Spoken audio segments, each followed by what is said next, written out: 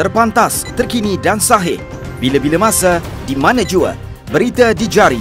Subscribe YouTube Buletin TV3. Buletin pagi 16 Disember bersama saya Marslah Hassan. Tajuk utama pagi ini.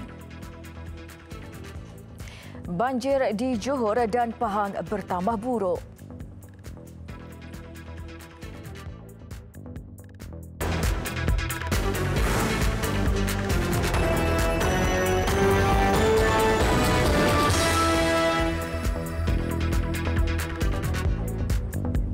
Assalamualaikum dan salam sejahtera. Banjir di Johor terus meruncing apabila jumlah mangsa di 9 daerah terjejas melonjak kepada hampir 10,000 orang dengan 83 pusat pembinaan sementara PPS dibuka. Hujan lebat memasuki hari ketiga berturut-turut dengan paras sungai utama di seluruh negeri setengahnya dilaporkan meningkat ke paras bahaya dan berjaga-jaga. Satu-satunya daerah yang belum terjejas banjir iaitu Tangkak dijangka turut dilanda bencana itu. Sekretariat Jawatankuasa Pengurusan Bencana Negeri Selangor dalam kenyataan berkata, PPS yang dibuka di negeri berkenaan dengan daerah paling terjejas adalah Keluang membabitkan 28 PPS. Mangsa banjir di Keluang meningkat secara mendadak kepada 2,611 orang daripada 733 keluarga berbanding 1,309 orang daripada 403 keluarga. Segamat pula meningkat mendadak kepada 1,578 orang daripada 419 mangsa yang ditempatkan di 19 PPS. Sementara 17 PPS dibuka di Kota Tinggi dengan mangsa melonjak kepada 2,552 orang daripada 664 keluarga membabitkan SK Sedeli Kecil dengan jumlah mangsa teramai iaitu 153 orang. Mangsa banjir di Mersing melonjak kepada 1,277 orang daripada 361 keluarga. Di Johor Bahru, mangsa banjir meningkat kepada 743 daripada 199 keluarga. Di Kulai, seramai 113 mangsa banjir daripada 36 keluarga ditempatkan di 2 PPS. Di Batu Pahat membabitkan 38 mangsa banjir daripada 8 keluarga. Di Pontian 116 mangsa ditempatkan di PPS SK Melayu Raya, manakala 25 mangsa daripada 7 keluarga ditempatkan di bangunan GW Maukil. Jabatan Kebajikan Masyarakat memaklumkan mangsa banjir di Rompin Pahang meningkat kepada 1,003 orang daripada 256 keluarga pagi ini.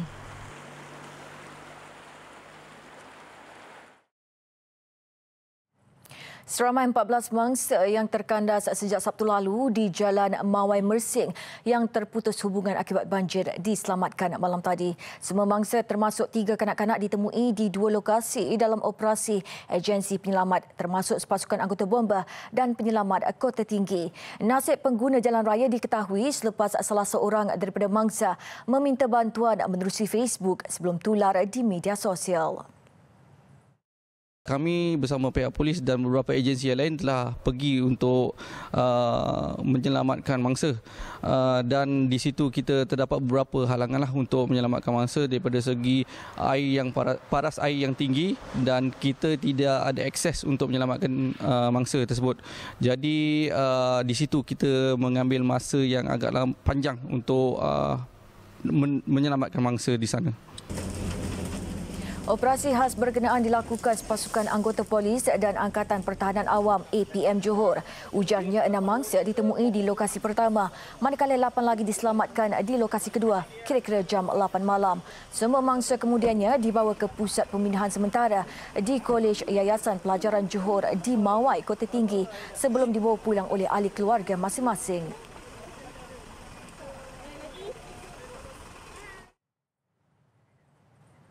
Jabatan Meteorologi Malaysia mengeluarkan notis amaran cuaca buruk dengan hujan lebat di 4 negeri yang diramal berterusan sehingga Selasa ini. Negeri yang terlibat Pahang, Johor, Melaka dan Negeri Sembilan. Kawasan yang terlibat di Pahang adalah Rompin, manakala di Johor melibatkan kawasan Segamat, Keluang, Mersing, Kulai dan Kota Tinggi. Notis waspada dengan hujan lebat pula dikeluarkan di beberapa kawasan iaitu Maran, Kuantan, Bera dan Pekan di Pahang serta Tangkak, Muar dan Batu Pahat. Selain itu, notis sama turut dikeluarkan bagi Kuala Pilah, Rembau, Jempol dan Tampin di Negeri Sembilan dan seluruh negeri Melaka.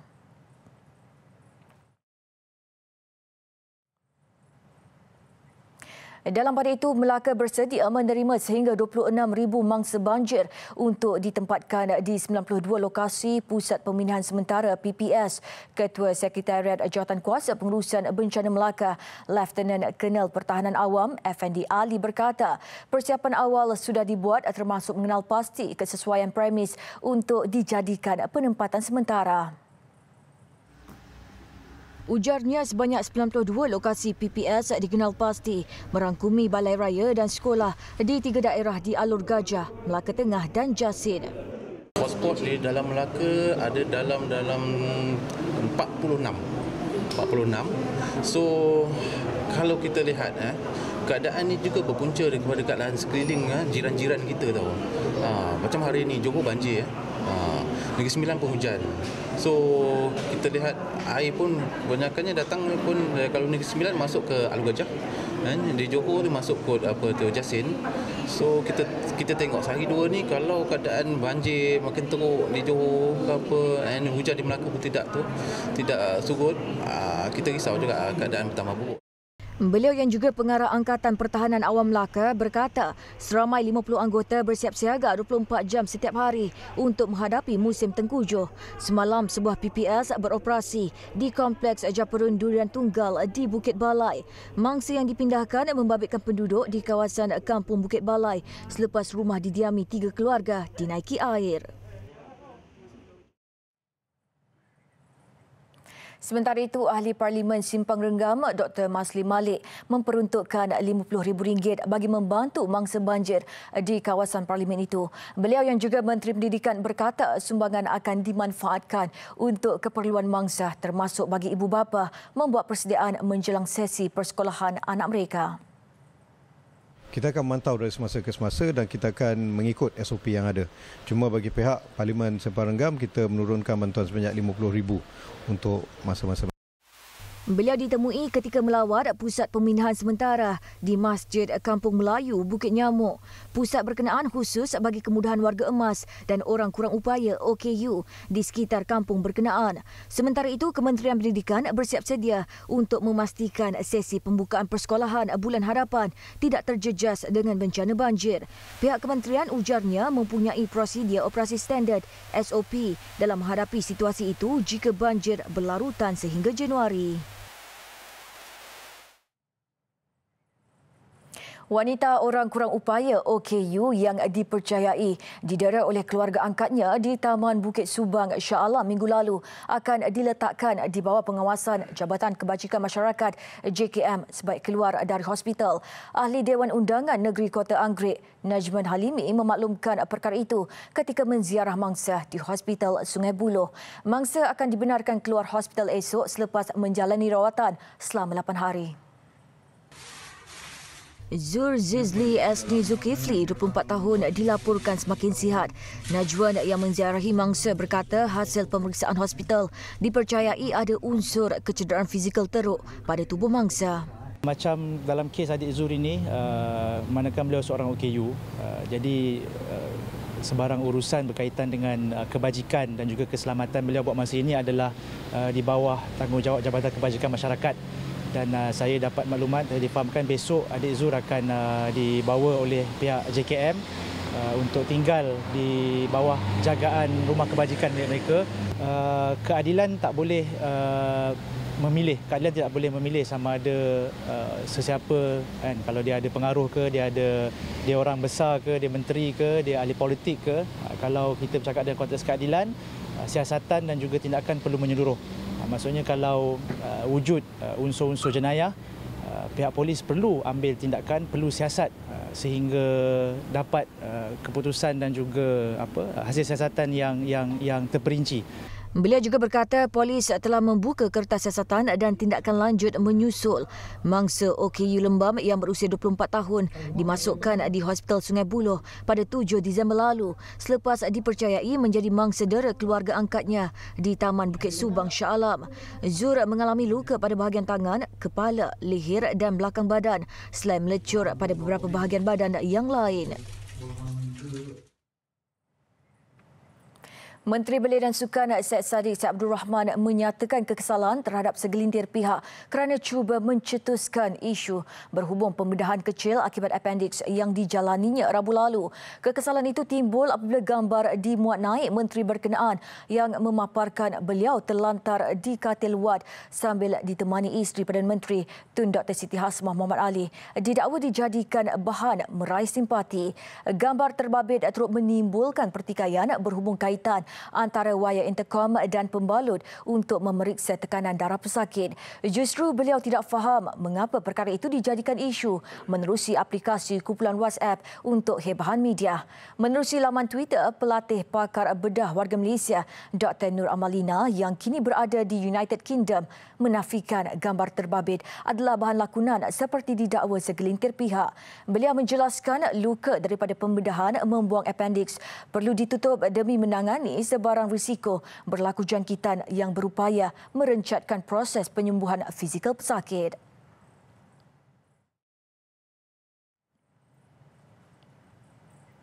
Seekor gajah jantan liar seberat 3.5 tan yang sebelum ini mengganggu tanaman penduduk dapat dipindahkan oleh Jabatan Perlindungan Hidupan Liar dan Taman Negara Perhilitan Kelantan dari Kampung Air Kayan Jedok dekat Tanah Merah.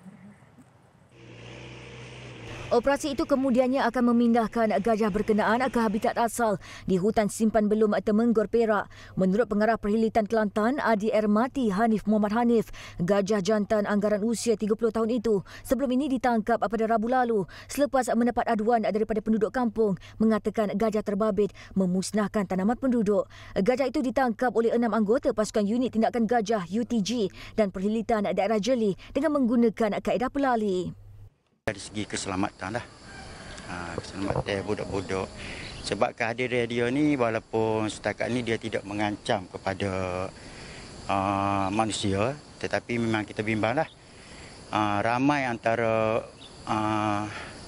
orang yang itu tuan punya getah takut untuk pergi menebas.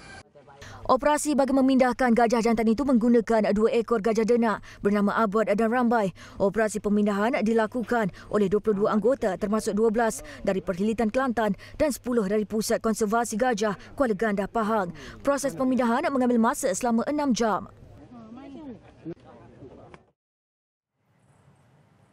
Bagi menangani isu keselamatan dan kesihatan pekerjaan terutama di sektor pembinaan di negara ini, Kementerian Sumber Manusia dalam proses mewujudkan perundangan lebih komprehensif yang dilaksanakan menerusi peraturan keselamatan dan kesihatan pekerjaan yang dijangka diwartakan pada suku pertama tahun depan. Jabatan Keselamatan dan Kesihatan Pekerjaan JKKP dalam kenyataannya memaklumkan inisiatif menerusi jabatan itu dibuat selepas mengadakan sesi libat urus bersama pemegang taruh utama dalam sektor pembinaan di negara ini. Kenyataan itu menyebut skop peraturan akan lebih luas berbanding peraturan sedia ada, merangkumi keseluruhan kitaran hayat bangunan dari fasa reka bentuk, pembinaan, operasi dan selenggaraan sehingga ke peringkat perobohan binaan. Sebelum ini, garis panduan pengurusan keselamatan dan kesihatan pekerjaan industri sudah dikeluarkan pada 2017. Mengikut rekod JKKP, sektor pembinaan antara sektor mempunyai kadar kemalangan maut tinggi iaitu 13.4 bagi setiap 100,000 pekerja dan secara purata 4,000 kes kemalangan berlaku pada 2015 hingga tahun lalu. Amanah Ikhtiar Malaysia AIM mengagihkan RM2.2 bilion bagi memberi pinjaman mikrokredit kepada sahabat AIM yang terdiri daripada golongan wanita B40. Jumlah itu dikeluarkan berdasarkan pertambahan jumlah sahabat AIM yang aktif iaitu seramai 371,408 orang. Ia termasuk 100,038 orang yang didaftar dalam tempoh Januari hingga Oktober lalu. Lepas tahun ni, perkembangan sangat baguslah. Apa yang kita feedback daripada pengusaha-pengusaha sangat bagus dan mereka sangat gembira. Dan mereka sangat gembira berada di bawah bantuan AIM ni. Kita bukan setakat memberi bantuan kewangan, tapi tunjuk ajar apa permasalahan mereka, kita ambil tahu ya, kita tidak biarkan mereka terkapai-kapai setelah mendapat dana daripada kita. Mereka tak tahu hala tuju dan itu semua kita kita bimbing untuk memajukan lagi usahawan-usahawan wanita di bawah B40. Beliau berkata demikian selepas merasmikan Fiesta Sahabat AIM yang berlangsung di Universiti Sains Malaysia Pulau Pinang semalam. Jelasnya AIM turut mencatatkan pencapaian portfolio at risk atau PAR sebanyak 1.19% yang merupakan pencapaian terbaik dalam sejarah 32 tahun sejak AIM ditubuhkan.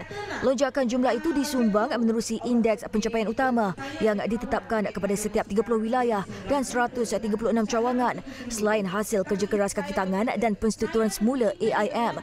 Selain mikrokredit, AIM turut menawarkan 7 skim pembiayaan iaitu Skim I Mesra, Skim I Sri Kandi, Skim I Wibawa, Skim I Sejahtera, Skim I Bestari, Skim I Penyayang dan Skim I Emas. Skim berkenaan menawarkan pinjaman sehingga RM30,000 untuk sahabat AIM yang layak. Program Fiesta Sahabat AIM 2019 telah diadakan di 70 lokasi seluruh negara termasuk di Sabah dan Sarawak, diselaraskan dengan kempen Jom Masuk AIM yang dimulakan sejak awal tahun 2019.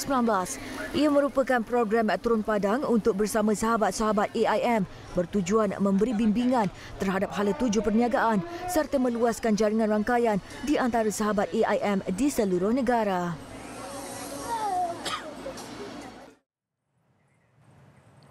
Menerapkan tradisi lama kepada generasi baru adalah sesuatu yang digalakkan. Atas inisiatif itu, penganjuran Majlis Berkatan Beramai-Ramai KRT Sri Serdang Selangor diadakan dalam suasana penuh tradisi Melayu. Menurut pengerusinya, Amiluddin Slamat, amalan lama itu harus diwarisi generasi muda, terutamanya yang tinggal di bandar. Membabitkan 20 orang kanak-kanak, majlis ini dianjurkan dengan kerjasama Pusat Pengurusan Wakaf Zakat dan Endowment, Wazan, Universiti Putra Malaysia, Sahabat Masjid dan Balai Polis Sri Serdang. Objektif utama program adalah kita nak kembalikan program berkhatan ni kepada kanak-kanak ni diraikan dalam satu suasana tradisional yang mana saya fikir di Taman Sri Serdang pun hampir 4 tahun tidak dilaksanakan. Jadi memang objektif utama nak mereka merasai suasana dengan segala program yang dirancang seperti diraikan bersama Balai Polis, Balai Bomba, pancuran air, bomba. Malam sebelum hari berkatan, semua kanak-kanak yang terlibat diarak dengan paluan kompang serta percikan bunga api. Mereka turut dijamu dengan pelbagai juara kesukaan untuk menghilangkan rasa gentar. Pada sebelah pagi, semua 20 kanak-kanak terlibat pula mandi dengan pancuran air bomba. Pelbagai gelagat diperlihatkan kanak-kanak terbabit ketika menunggu untuk disunatkan. Keputusan ni sebenarnya baru juga saya buat. Bila saya dah jadi antara tenaga jawatankuasa, bincang dengan isteri, elok kalau kita sertakan sekali lah 3 hero ni kan, anak lelaki yang ada ni. Lebih istimewa, persembahan badut turut disediakan.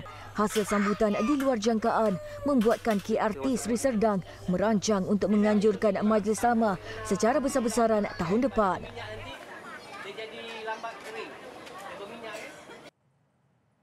Beralih ke laporan antarabangsa, sekurang-kurangnya 3 orang maut manakala 14 lagi cedera akibat gempa bumi kuat yang melanda selatan Filipina. Gegaran 6.8 magnitud itu dilaporkan berpusat 61 km barat daya Davao.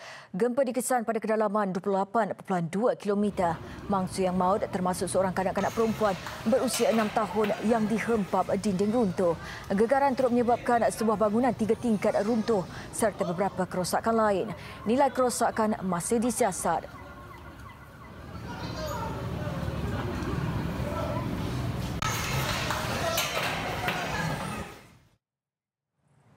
Sekurang-kurangnya 14 orang terkorban selepas sebuah bas yang membawa penumpang terbabas sebelum terjunam ke dalam gaung di tengah Nepal.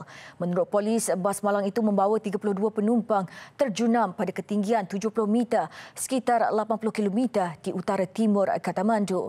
Susulan kejadian, polis menemui 12 mayat manakala 2 lagi meninggal dunia di hospital. 4 mangsa yang maut disahkan kanak-kanak sementara 18 penumpang yang cedera dibawa ke hospital bagi mendapatkan rawatan. Punca kemalangan masih disiasat.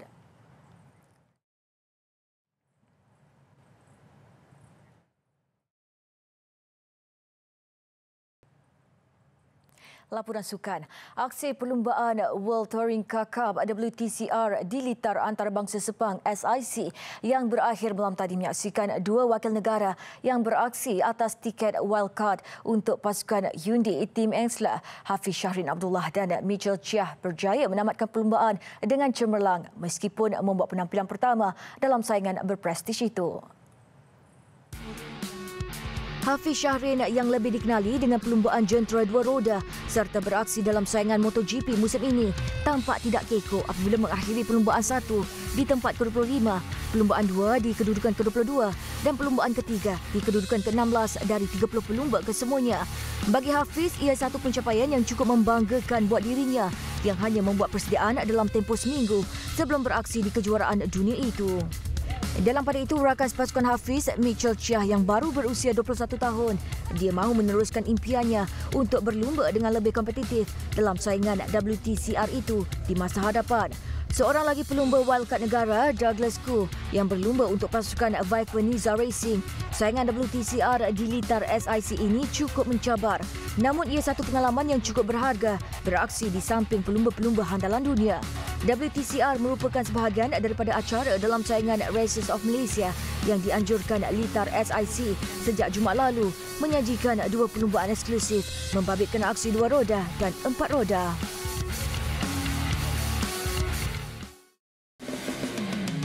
Sementara itu, gelaran juara keseluruhan bagi musim 2019 World Touring Car Cup cukup mendebarkan apabila penentuan juara terpaksa ditentukan sehingga ke perlumbaan ketiga. Juara perlumbaan kedua juga pencabar pendahulu Esteban Guerrero dari pasukan allinkl.com Munich Motorsports terus memberikan tekanan buat pelumba pasukan BRC Hyundai and Local Racing Norbert Michelis. Namun tuan memihak Michelis yang menamatkan aksi di kedudukan kelima, namun sudah cukup untuk merangkul gelaran sebelumnya dalam saingan berprestij itu dengan mengumpul 370 mata, berkelebihan 21 mata di depan Guerrero yang sekadar meraih kedudukan ke-22 di perlumbaan terakhir malam tadi. Manakala gelaran juara keseluruhan kategori pasukan pula seperti dijangka menjadi milik pasukan Cayenne Racing Link & Co dengan mengumpul mata keseluruhan 624.